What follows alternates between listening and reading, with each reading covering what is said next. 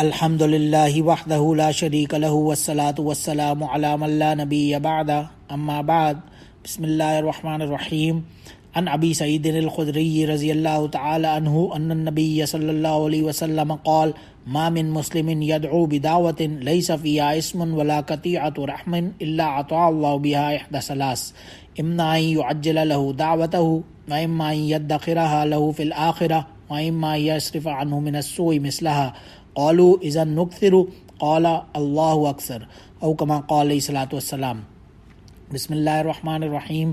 اللهم صل علی محمد وعلی آل محمد كما صلیت علی ابراہیم وعلی آل ابراہیم انک حمید مجید۔ اللهم بارک علی محمد وعلی آل محمد كما بارکت علی ابراہیم وعلی آل ابراہیم انک حمید مجید۔ یہ حدیث ہے حضرت ابو سعید خدری رضی اللہ تعالیٰ عنہ سے۔ اس میں یہ روایت بیان کر رہے ہیں کہ نبی کریم صلی اللہ علیہ وسلم نے فرمایا کہ مسلمان جب کوئی دعا مانگتا ہے اور وہ دعا میں دو چیزیں، نہ تو کوئی گناہ والی چیز مانگ رہا ہے، نہ یعنی کوئی حرام اشیاء کے لیے دعا نہیں کر رہا، اور نہ ہی کوئی قطع رحمی کے لیے دعا کر رہا ہے اللہ سے، یعنی کسی سے رشتہ ناتا کوئی توڑنے کے لیے، تو اللہ سبحانہ و تعالیٰ اس کی دعا ضرور بضرور قبول کرتے ہیں موسٹ ڈیفینیٹلی۔ اگر ان دو چیزوں کے علاوہ کوئی بھی دعا بندہ اللہ سے مانگتا ہے، جیسے کہ فرمایا کہ تمہیں جوتے کا فیتا بھی مانگنا ہے، کوئی لیسز بھی مانگنے ہیں، شو لیس بھی، تو بھی اللہ سے مانگو۔ تو جو اللہ سے ہر چیز مانگنے کی اجازت ہے بالکل، سوائے ان دو چیزوں کے، نہ کوئی گناہ کی چیز ہو اور نہ ہی کوئی قطع رحمی کا کوئی معاملہ کرنے کے لیے دعا ہو۔ تو بہرحال کوئی بھی دعا جو اللہ سے مانگی جاتی ہے، اس روایت میں آتا ہے، تو وہ اس کے ساتھ تین قسم کی صورتیں ہوتی ہیں۔ فرسٹ ان یعجل له دعوتہ، فرسٹ آف آل تو یا تو وہ دعا اسی وقت قبول ہو جاتی ہے، اما ان یدخر له فی الآخرہ، یا تو وہ دعا آخرت کے لیے محفوظ ہو جاتی ہے، وہاں اس کو اجر مل جاتا ہے، اور واما ان یصرف عنہ من السوء، یا پھر اس کے اوپر جو کوئی برائی یا کوئی پریشانی یا کوئی بھی کسی قسم کا کوئی غلط چیز اس کے ساتھ معاملہ ہونے والا ہوتا ہے، وہ اس سے دور کر دیا جاتا ہے، رفع دفع ہو جاتا ہے۔ صحابہ کرام رضی اللہ عنہم نے پوچھا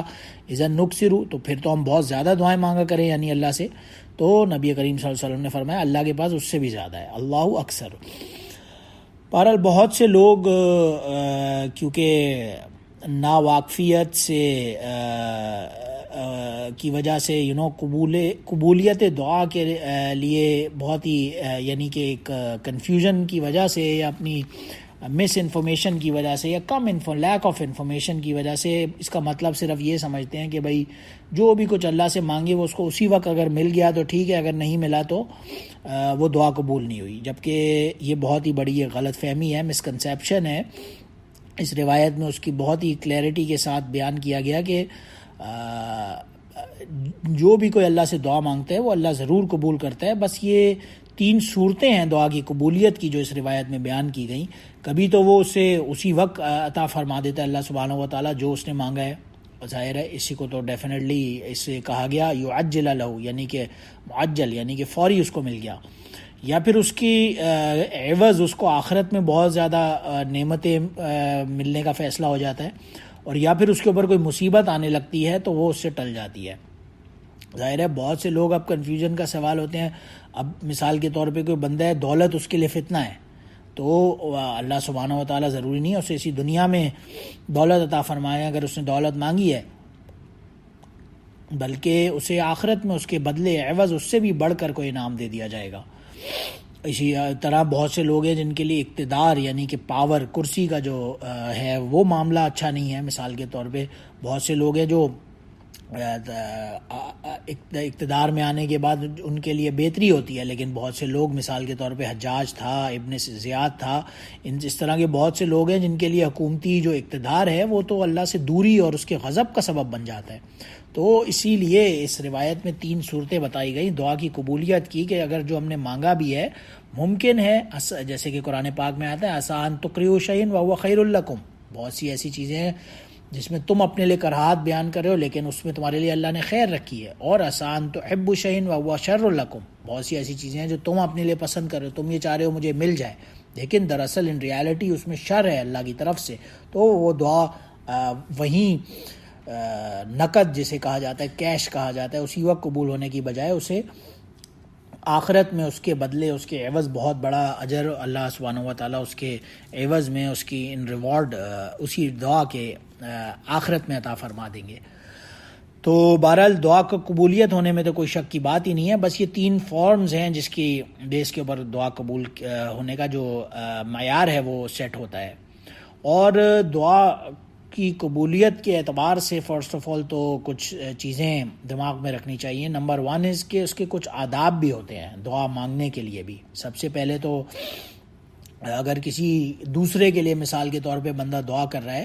تو سب سے پہلے انسان جو دعا کرے وہ اپنے لیے مانگنے پر ہی ابتدا کرے اور پھر دوسرے کے لیے مانگے۔ جیسے کہ حضرت ابی ابن کعب رضی اللہ عنہ کی روایت میں آتا ہے، کان رسول اللہ صلی اللہ علیہ وسلم اذا ذکر احدا فدعا له بدا بنفسه، کہ رسول اللہ صلی اللہ علیہ وسلم جب کسی کو یاد فرماتے یا اس کے لیے دعا کرنا چاہتے تو سب سے پہلے اپنے لیے کچھ مانگتے اور پھر اس شخص کے لیے دعا کرتے۔ پہلے اپنے لیے مانگنا اور پھر دوسرے کے لیے دعا مانگنا، یہ کہہ سکتے ہیں آداب دعا کہ فرسٹ اینڈ فارموسٹ جو معیار ہے اس کے اندر آتا ہے۔ پھر ظاہر ہے دعا کے اپنے آداب ہیں جنہیں جاننا بہت ضروری ہے۔ مثال کے طور پہ سب سے پہلی چیز تو ہمیں جو دعا کے آداب کے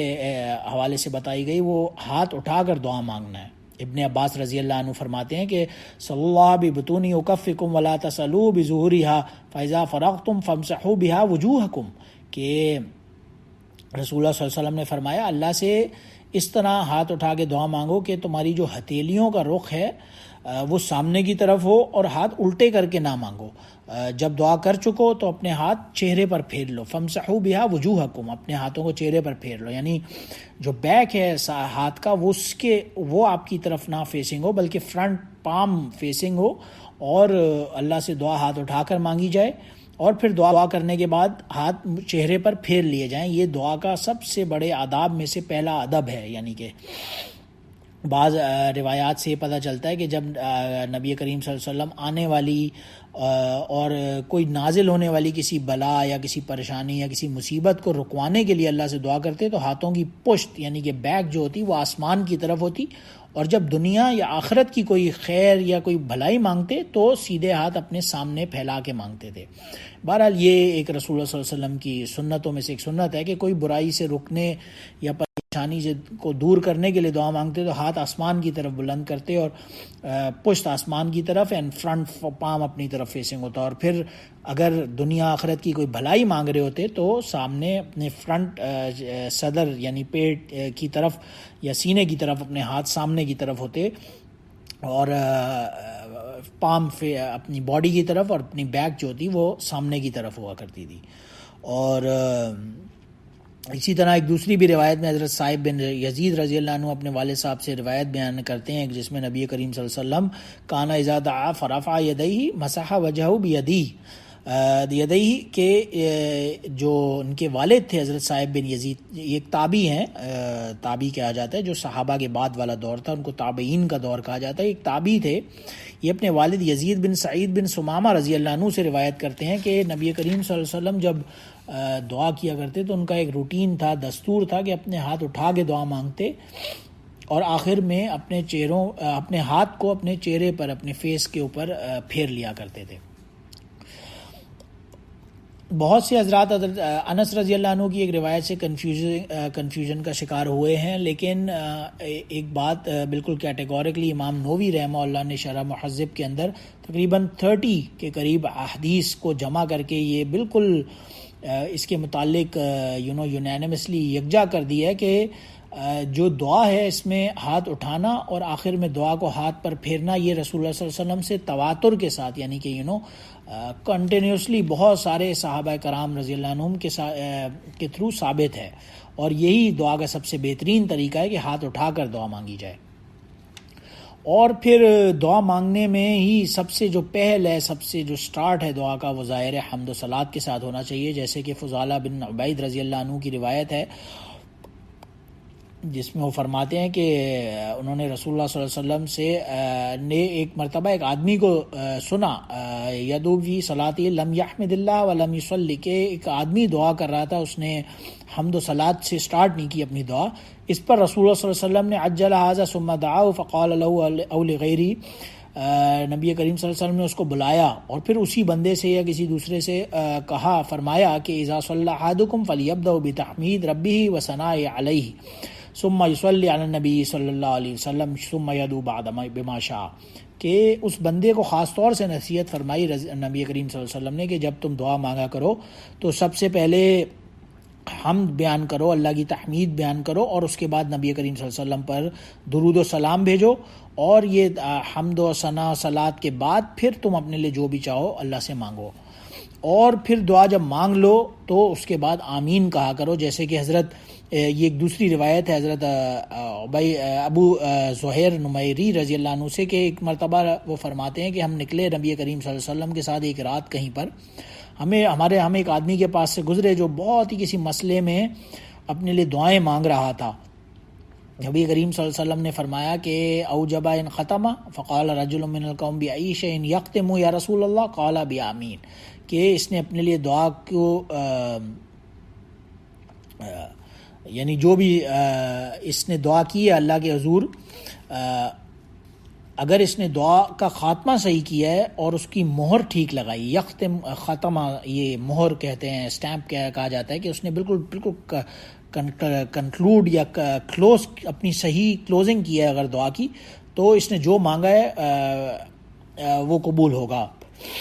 تو اس پر صحابہ نے پوچھا کہ جو مانگا ہے اس کو کلوزنگ صحیح کرنے کا کیا مطلب ہے، یعنی یختم ختم صحیح کرنے سے کیا مراد ہے. نبی کریم صلی اللہ علیہ وسلم نے فرمایا کہ فَإِنَّهُ إِنْ خَتَمَ بِآمین فَقَدْ أَوْجَبَ، کہ آخر میں اگر اس بندے نے آمین کہا ہے تو اس کا مطلب یہ ہوگا کہ اس نے دعا کا خاتمہ صحیح کیا، اس کو سٹیمپ، اس کو مہر صحیح لگائی ہے. تو دعا ہاتھ اٹھا کر کی جائے فرسٹ. نمبر 2 از کہ دعا شروع کرنے سے پہلے حمد و ثنا و صلات کیا جائے، اور پھر دعا ختم کرنے کے بعد آمین کہا جائے. یہ دعا کے وہ بیسک آداب میں سے ہے جس کا ہر بندے کو انشاءاللہ خیال رکھنا چاہیے. پھر دعا سے متعلق دوسری ایک چیز عام طور پر کنفیوژن ہوتا ہے کہ دعا صرف اپنے سے ایج میں یا مرتبے میں اسٹیچر میں بڑے آدمی سے ہی کرائی جاتی ہے. ایسا نہیں ہے، بلکہ اپنے سے چھوٹے سے یا اپنے کم اسٹیچر والے بندے سے بھی دعا کرانا، اس میں بھی وہ بھی ہمیں روایات سے پتہ چلتا ہے اور مسنون طریقے سے ثابت ہے. جیسے کہ ایک مرتبہ حضرت عمر بن خطاب رضی اللہ عنہ نے ایک دفعہ نبی کریم صلی اللہ علیہ وسلم سے عمرے کی اجازت مانگی کہ میں عمرے کے لیے جانا چاہتا ہوں. نبی کریم صلی اللہ علیہ وسلم نے اجازت دے دی، اور پھر عمر رضی اللہ عنہ سے فرمایا اشرکنا یا اخی فی دعائک ولا تنسانا، کہ اے بھیا ہمیں بھی اپنی دعاؤں میں یاد رکھنا، ہمیں بھول مت جانا. اب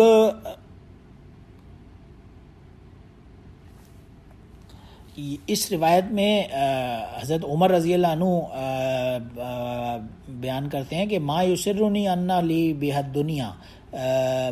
کہ جو کلمہ نبی کریم صلی اللہ علیہ وسلم نے پکارا تھا اے بھیا، اخیا کہہ کر پکارا عمر رضی اللہ عنہ کو، تو ایسا ایک پیار کا ایک جملہ تھا. اخی کہتے ہیں بھائی کو، اور اخیا اس کی تصغیر ہے، عربی زبان میں مبالغے کے لیے استعمال کیا جاتا ہے، یا پیار کا ایک سارٹ آف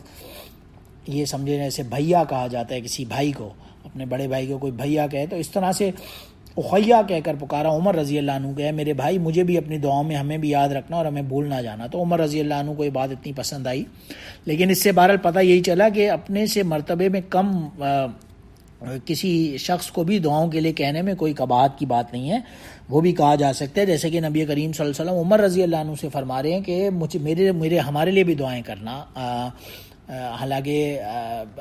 خود نبی ہیں، خود خاتم النبیین صلی اللہ علیہ وسلم ہیں، اور وہ اپنے سے ایک صحابی کو عمر رضی اللہ عنہ کو فرما رہے ہیں کہ ہمیں بھی اپنی دعاؤں میں یاد رکھنا، ہمیں بھول نہ جانا. تو اس سے پتہ یہی چلتا ہے کہ اپنے سے کم مرتبے میں چھوٹے لیول کے بندے سے بھی دعا مانگنے میں کوئی. دوسری چیز ایک یہ بھی چیز نوٹ کرنے کی ہے کہ ایک تو اپنے لیے دعا کرنا، پھر اپنے کسی دوسرے بھائی کے لیے دعا کرنا، جیسے کہ نبی کریم صلی اللہ علیہ وسلم عمر بن خطاب رضی اللہ عنہ سے فرما رہے ہیں کہ ہمارے لیے عمرہ پہ جا رہے ہو، ہمیں بھی دعاؤں میں یاد رکھنا۔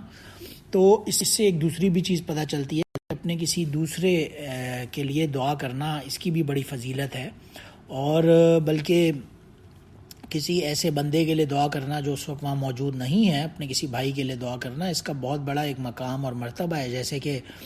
ابو دردہ رضی اللہ عنہ کی ایک روایت ہے جس میں فرماتے ہیں کہ رسول اللہ صلی اللہ علیہ وسلم نے فرمایا دعوت المرء المسلم لاخیہ بظاہر الغیب مستجابۃ عند رأسہ ملک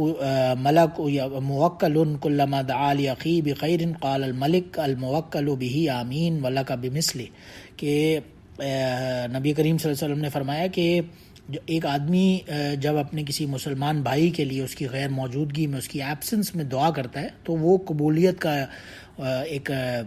سائن ہوتا ہے۔ اور اس بندہ جب یعنی آدمی کسی ایبسنٹ بندے کے لیے ایسے ہی جسے کہتے ہیں غیب، جو غائب ہے بندہ سامنے نہیں ہے موجود، لیکن اس کے لیے جب دعا کرتا ہے آدمی کسی دوسرے کے لیے تو اس کا بہت بڑا مقام ہے۔ اس کے سر کے اوپر ایک فرشتہ کھڑا ہوتا ہے جو اس کی دعا پر آمین کہتا ہے، یعنی جب وہ بندہ اپنے کسی دوسرے مسلمان بھائی کے لیے دعا کرتا ہے تو فرشتہ آمین کہتا ہے، اور بلکہ پھر کہ آخر میں کہتا ہے لکا بمثلی، کہ جو دعائیں خیریں تم نے اپنے بھائی کے لیے مانگی ہیں وہ تمہیں بھی اللہ سبحانہ و تعالیٰ اسی طرح کی مثل عطا فرمائے۔ اور یہی بات ایک حضرت ابو ہریرہ رضی اللہ عنہ کی روایت سے بھی پتہ چلتا ہے، جس میں رسول اللہ صلی اللہ علیہ وسلم نے فرمایا ثلاث دعوات مستجابات، یہ یعنی ایک تو اپنے غیر بھائی کے لیے دعا کرنا، یہ ابن عباس رضی اللہ عنہ کی بھی روایت سے ایک پتہ چلتا ہے، جس میں نبی کریم صلی اللہ علیہ وسلم نے فرمایا خمس دعوات یستجاب لہن دعوت المظلوم حتی ینتصر، ودعوت الحاج حتی یصدر، ودعوت المجاہد حتی یفقد، ودعوت المریض حتی یبرأ، ودعوت الاخی لاخیہ بظاہر الغیب، کہ 5 لوگ ایسے ہوتے ہیں، خمس دعوات یستجاب لہن، کہ 5 لوگ ایسے ہیں جن کی دعائیں قبول کی جاتی ہیں۔ پہلا تو دعوت المظلوم حتی ینتصر، کہ مظلوم آدمی کی دعا جب تک کہ وہ بدلہ نہ لے اپنے اوپر کیے گئے ظلم کا۔ دوسرا حاجی کی دعا جب تک کہ وہ لوٹ کر واپس اپنے گھر نہ پہنچ جائے۔ تیسرا مجاہد کا، یہاں تک کہ وہ لڑائی سے واپس نہ لوٹ آئے یا وہ شہید نہ ہو چکا ہو یا مر ظاہر ہے آف کورس۔ اور پھر ایک مریض کی دعا، یعنی جب وہ بیمار ہے تو اس وقت وہ جو دعا مانگتے ہیں اللہ سے وہ بھی قبول کی جاتی ہے یہاں تک کہ وہ بہتر نہ ہو جائے۔ اور پھر ظاہر ہے آف کورس دعوت الاخی لاخیہ بظاہر الغیب، ایک آدمی ہے جو اپنے بھائی کے لیے اس کی ایبسنس میں دعا مانگتا ہے، وہ بھی اللہ کے نزدیک قبول کی جاتی ہے۔ اور یہیں تک نہیں بلکہ قال واسرع هذه الدعوات اجابۃ دعوت الاخی بظاہر الغیب، ان 5 میں بھی سب سے جو جلدی قبول کی جانے والی دعا ہے وہ یہی اپنے کسی ایبسنٹ بھائی کی، یعنی جو موجود نہیں ہے اس کے لیے جو مسلمان بھائی کے لیے دعا کرتا ہے وہ سب سے زیادہ قبول کی جانے والی دعا ہے۔ اور پھر ایک دوسری حدیث میں حضرت ابو ہریرہ رضی اللہ عنہ کی آتا ہے کہ 3 قسم کے لوگ ہیں جن کی دعا قبول ہونے میں کوئی شک کی بات ہی نہیں ہے۔ وہاں پہ آتا ہے ثلاث دعوات مستجابات لا شک فیہن، اس میں کوئی شک کی بات ہی نہیں ہے کہ 3 لوگ ایسے ہیں جن کی دعا موسٹ سرٹنلی قبول کی جاتی ہے۔ نمبر 1 از دعوت الوالد، کہ جو باپ کی دعا اپنی اولاد کے لیے، ودعوت مسافر کی دعا، اور ودعوت المظلوم، اور کسی مظلوم آدمی کی دعا۔ تو مظلوم آدمی کی دعا کے میں اندر بھی بہت بڑی ایک یعنی قبولیت کی وجہ ہوتی ہے، اور اسی طرح مسافر اور پھر باپ اپنے جب اولاد کے لیے دعا کرتے ہیں اس میں بھی قبولیت کا اپنا ایک مقام ہوتا ہے ظاہر ہے۔ اور ایک پھر دوسری بات جو یہاں پتہ چلتی ہے، بیمار آدمی کے لیے بھی جب اب بیماری کی حالت میں ہوتا ہے تو وہ ان اے وے اللہ سے صحیح اپنے قرب اپنی تکلیف کے اندر جو دعا کرتا ہے وہ ظاہر ہے دل سے اس کے کیونکہ نکلتی ہے، تو وہ دعا بھی اللہ کے نزدیک مقبولیت رکھتی ہے۔ اور پھر کچھ وقت اوقات ایسے ہوتے ہیں، یعنی ٹائمز ایسے ہوتے ہیں جن میں خاص طور سے دعا کی قبولیت کے اوقات ہوتے ہیں، جیسے کہ ارباز بن ساریہ رضی اللہ عنہ فرماتے ہیں کہ نبی کریم صلی اللہ علیہ وسلم نے فرمایا من صلی فریضۃ فلہ دعوۃ مستجابۃ ومن ختم القرآن فلہ دعوۃ مستجابۃ، کہ دو وقت ایسے ہیں، ایک تو فرض نماز کے بعد اور پھر ختم القرآن کے بعد، جب بندہ قرآن پڑھ رہا ہو اور اس کے بعد تلاوت کے بعد جو دعا کرے، اور فرض نماز کے بعد. تو یہ دو ایسے وقت ہیں، اوقات ہیں، یعنی ٹائمز ہیں جن میں خاص طور سے دعا قبول کی جاتی ہے. اور ایک دوسری روایت میں آتا ہے کہ الدعاء لا يرد بین الاذان والاقامہ، کہ اذان اور اقامت کے وقت کی جو درمیان کی دعا ہوتی ہے، اس ٹائم پہ بھی دعا وہ قبولیت کا ایک اس کا ایک سٹینڈرڈ ہے، معیار ہے، اور وہ بھی انشاءاللہ قبول کی جاتی ہے. اور پھر ایک اور روایت سے ہمیں پتہ چلتا ہے جو دعا کی قبولیت کے اوقات ہیں، اس حوالے سے نبی کریم صلی اللہ علیہ وسلم نے فرمایا تفتح ابواب السماء واستجاب الدعاء فی 4 مواطن،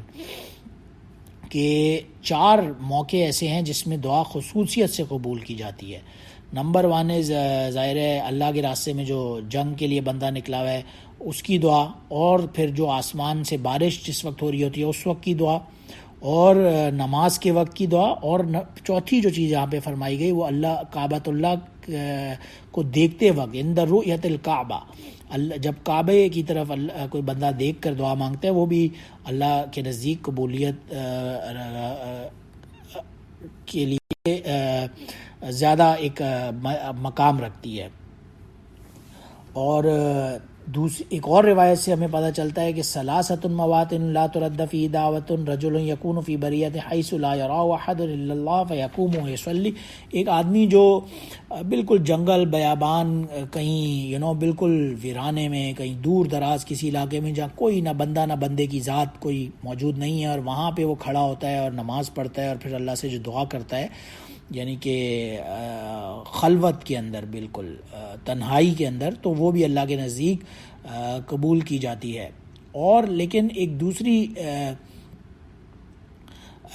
چیز جو خاص طور سے اس روایت میں آئی، وَرَجُلٌ يَقُومُ مِنْ آخِرِ اللَّيْلِ، کہ جو رات کے آخری پہر میں کھڑے ہو کر دعا مانگتا ہے، وہ بھی دعا اللہ کے نزدیک قبول ہوتی ہے، کیونکہ جو رات کا وقت ہے، لیٹ نائٹ جسے تہجد کا وقت کہا جاتا ہے، وہ ایک خاص اللہ کے نزدیک مقام رکھتی ہے. اور یہ بہت ساری روایات سے ہمیں پتہ بھی چلتا ہے.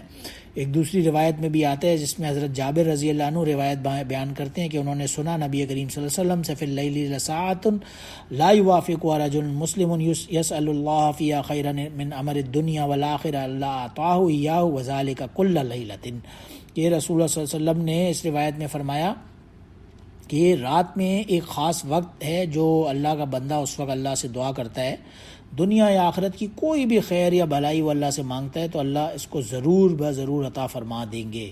اور اس میں خاص رات کی خصوصیت نہیں، بلکہ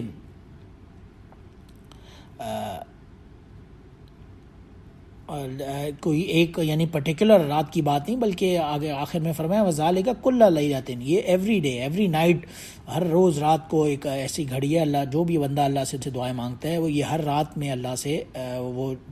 ہر روز رات کو اللہ سبحانہ و تعالیٰ وہ دعائیں بھی انشاءاللہ قبول فرماتے ہیں. اور اسی وجہ سے ایک ابو ہریرہ رضی اللہ عنہ کی جو فیمس حدیث ہے، بخاری اور مسلم شریف میں، صحیحین دونوں میں یہ روایت موجود ہے کہ رات کے آخری جو 1/3 حصہ ہوتا ہے جب وہ باقی رہ جاتا ہے تو اللہ سمائے دنیا کی طرف اللہ کا نزول فرماتے ہیں، اور خود ان کی طرف سے اللہ سبحانہ و تعالیٰ پکارتا ہے کہ ہے کوئی مانگنے والا کہ میں اس کی دعا کو قبول کروں، اور ہے کوئی مجھ سے بخشش مانگنے والا جس کی بخشش کا میں فیصلہ کروں، ہے کوئی مجھ سے دعا کرنے والا جس کی دعا کو میں قبول کروں. تو ظاہر ہے اللہ سبحانہ و تعالیٰ خود رات کے 1/3 حصے میں آخری تہائی میں آ کر یہ جب فرماتے ہیں تو یہ یقیناً رات کی جو دعا ہے اس کا ایک خاص مقام ہے. تو بہرحال کرکس اس کا یہی ہے، ان سب روایات کو اگر جمع کیا جائے تو 10 ایسے پوائنٹس ہمیں ملتے ہیں جو قبولیت دعا کے جو اوقات ہیں یا ٹائمز ہیں وہ ہمیں ان روایات میں ملتے ہیں، جس میں نمبر 1 آف کورس از فرض نمازوں کے بعد کی دعا کا وقت جو ہے وہ قبولیت کا وقت ہوتا ہے. نمبر 2 از جو ختم قرآن کے بعد قرآن کی تلاوت کی جائے اور اس کے بعد دعا کی جائے تو وہ بھی انشاءاللہ قبول کی جاتی ہے. پھر 3 اذان اور اقامت کے جو درمیان دعا کی جائے وہ قبول ہوتی ہے. پھر نمبر 4 ظاہر ہے میدان جہاد میں اللہ کے راستے میں لڑتے کی جو جگہ ہے اس جگہ پر. اور پھر نمبر 5 اس جنگ کے وقت جب بندہ لڑتے ہوئے اللہ سے اگر کوئی دعا مانگ رہا ہے. اور پھر نمبر 6 اللہ کی جو باران رحمت کا جو نزول ہے، یعنی بارش جب ہو رہی ہے اس وقت کی دعا اللہ قبول فرماتے ہیں. نمبر 7 از جب کعبۃ اللہ کو دیکھے، یعنی آنکھوں کے سامنے جب خانہ کعبہ ہو اس وقت جو دعا مانگی جائے وہ قبول ہوتی ہے۔ اور نمبر 8 از ایسے جنگل بیابان میں بالکل تنہائی میں، خلوت میں، جو بندہ جنگل بیابان میں جا کر کہیں نماز پڑھ کر، جہاں اللہ کے سوا اسے کوئی دیکھنے والا نہ ہو، وہاں جو بندہ نماز پڑھ کے دعا کرتا ہے وہ قبول ہوتی ہے۔ اور نمبر 9 جو ہمیں روایات سے پتہ چلا وہ یہی تھا کہ اللہ کے راستے میں جب کوئی بندہ لڑنے گیا اور جب کمزور ویک لوگوں نے بھی اس کا ساتھ چھوڑ دیا ہو، اس وقت وہ مظلوم ہو گیا، مظلوم کی دعا بھی ظاہر اللہ کے نزدیک قبول ہو جاتی ہے۔ اور فائنلی 10th جو ٹائم ہمیں پتہ چلا، جو ہر بندے کے ایزیلی ایکسیسیبل ہے بھی ہے، وہ ہے رات کا آخری حصہ۔ اس رات کے آخری حصے میں جو دعا مانگے جائیں وہ اللہ کے نزدیک ضرور قبول کی جاتی ہیں۔ اور ظاہر ہے جیسے کہ ہمیں پہلے روایت سے پتہ چلا تھا کہ قبولیت کا مطلب یہی ضروری نہیں ہے کہ وہ اسی وقت اگر مل گیا تو قبول ہے اور ورنہ یہ دعا قبول نہیں ہے، بلکہ ایسا نہیں ہے۔ اگر اسی وقت اللہ نے قبول کر لی تو اللہ نے اس سے فوراً کر لیا آف کورس، لیکن اگر اللہ نے اسی وقت اسے کچھ نہ بھی دیا تو آخرت میں اسے کچھ نہ کچھ اس کے لیے بدلہ اور اجر مل جائے گا۔ اور اگر یہ بھی نہیں ہوا تو اسے دنیا میں ہی کوئی اللہ اس کے بدلے، اس دعا جو اس نے اللہ سے کی ہے اس کے بدلے کوئی مشکل اور پریشانی دور ہو جائے گی۔ اور اسی لیے صحابہ نے خاص طور سے نبی کریم صلی اللہ علیہ وسلم سے پوچھا کہ اذن نکثر، کہ ہم لوگ تو پھر بہت زیادہ سے زیادہ دعائیں مانگیں کہ اگر فوراً کوئی قبول نہیں بھی ہو رہی تو بھی ہمیں آخرت میں اس کے بدلے کچھ نہ کچھ ملتا رہے گا۔ تو ظاہر ہے نبی کریم صلی اللہ علیہ وسلم نے اسی لیے فرمایا اللہ اکثر، اللہ کے پاس تو اس سے بھی بہت زیادہ ہے، جتنا مانگنا ہے مانگو، وہ دعائیں ضرور بضرور اس دنیا میں نہیں تو آخرت میں اس کا اجر ضرور ملے گا۔ اور یہی وجہ ہے کہ مستدرک حاکم کے اندر حضرت جابر رضی اللہ عنہ کی ایک روایت ہے، حدیث ہے، جس میں فرمایا گیا ہے کہ اللہ تعالیٰ جب اس بندے کو، جس نے دنیا میں بہت سی ایسی دعائیں کی ہیں جو بظاہر اسے لگتا ہے کہ دنیا میں قبول نہیں ہوئیں اور وہ اس سے مایوس ہو گیا، لیکن ان دعاؤں کے حساب میں جو آخرت میں جو اس کا ذخیرہ، جو اس کا سٹیک بڑھتا جائے گا، اور جب آخرت میں اسے وہ نعمتیں اللہ سبحانہ و تعالیٰ عطا فرمائیں گے ان دعاؤں کے بدلے جو اس دنیا میں قبول نہیں کی گئیں، تو اس بندے کے منہ سے نکل جائے گا یا لیتہ لم یعجل لہ شیء من دعائہ، کہ اے کاش میری کوئی بھی دعا اس دنیا میں قبول نہ ہوئی ہوتی اور ہر دعا کا جو ریوارڈ ہے وہ مجھے یہیں آخرت میں ملتا۔ تو یعنی جب وہ آخرت میں بندہ اس دعا کو دیکھے گا جو اس دنیا میں قبول نہیں ہوئی، اس کے بدلے اسے کتنا ریوارڈ اور اجر ملا ہے، تو وہ یہ دعا مانگے گا کہ سوچے گا یا کہے گا اپنے آپ سے کہ کاش میری دنیا میں کوئی دعا قبول ہی نہیں ہوئی ہوتی، سب کچھ مجھے یہیں آخرت میں ملتا۔ تو بہرحال ان آداب کا خاص طور سے خیال رکھتے ہوئے، ان اوقات میں خاص طور سے دعاؤں کو ایمپل مانگتے ہوئے، کثرت ان کی کرتے ہوئے ہمیں اس کے آداب کا خیال رکھنا چاہیے اور اس طریقے سے دعا مانگنی چاہیے جو صحیح مقبول طریقہ ہے اور صحیح مسنون طریقہ ہے، تو ضرور انشاءاللہ تعالی اللہ ہماری دعاؤں کو قبول فرمائیں گے۔ وآخر دعوانا الحمدللہ رب العالمین، سبحان ربک رب العزت عما یصفون وسلام علی المرسلین والحمدللہ رب العالمین۔ سبحانک اللہم و بحمدک اشہد ان لا الہ الا انت استغفرک و اتوب الیک۔